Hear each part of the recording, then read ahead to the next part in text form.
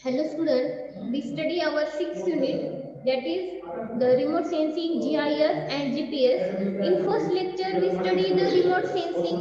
In that we study the principle of remote sensing, applications of remote sensing in various fields, in civil engineering field. Now we study the what is next system, that is the GIS, that means geographic information system.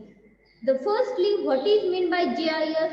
It is a powerful technology that allows a virtually unlimited amount of information to be linked to a geographic location coupled with the digital map. That means if we have to collect the information of geographic information or location of any area without comes in contact with that area, we can find out that information by using a GIS system or technique. The objective of GIS allowing a quick updation of data at low cost and effort. That means the data can be updated in a low cost and the low effort. Then supports research activity, providing the significant and efficient tool for collection and storage, eliminating the duplication of data and reduces the redundant database, then answering the query by presenting the information in a format required by the user.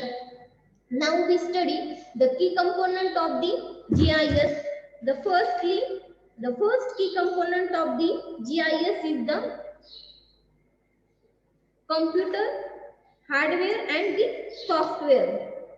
Then in computer hardware is a computer on which GIS is operated. And the wide range of hardware types are used to run these software, such as a centralized computer server to desktop computer, etc. That means GIS software provide a function and tool needed to input and storage the geographical information. Then second one is data. In that data is one of the most important and often expensive component of the GIS. The geographic data, which can be comprised from the geographical features and their corresponding attributed information, is entered into the GIS using a technique called digitization. Next one is method. After collecting the geological data, the next step method is the data organized in a structured way for easily retrieval, reading and the analysis. Then next one, people. After all the three components, the next one is the people. That means it is usable for the various people. The next one, application of GIS. It is used. It is also helpful in to find out the land information. That means or the area information, whether there is a residential area, commercial area. Then second one, the environmental field. Then it is also helpful in map preparation. Then selection of the site. Then network analysis, environmental application. Then the next system after the GIS, we study the GPS. Then what is mean by GPS? The GPS is the global positioning system.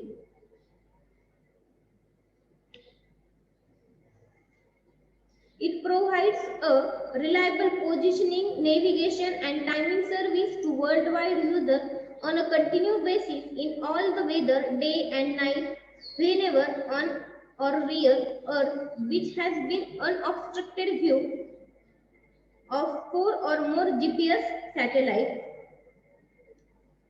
That means same as GIS, for finding out the information or finding out the position of any area or the coordinates, we use the GPS.